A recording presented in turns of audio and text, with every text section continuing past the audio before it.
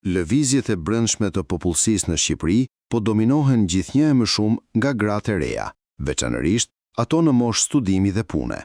Sipas raportit të Instat Gra dhe Burra 2025, gjatë vitit 2024 ndryshuan vendbanimin brenda vendit 16.289 gra, ndërsa burrat që lëvizën ishin vetëm 9.303.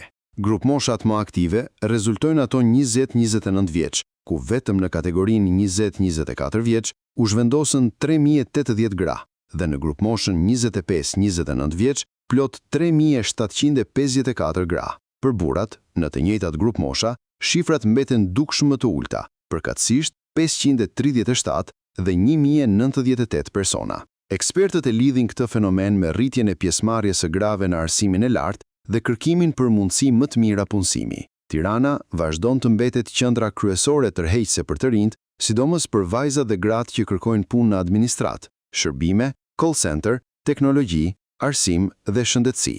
Raporti tregon gjithashtu se, edhe pse lëvizjet e brendshme kanë rënë krahasuar me vitin 2023, diferenca gjinore vazhdon të jetë e theksuar.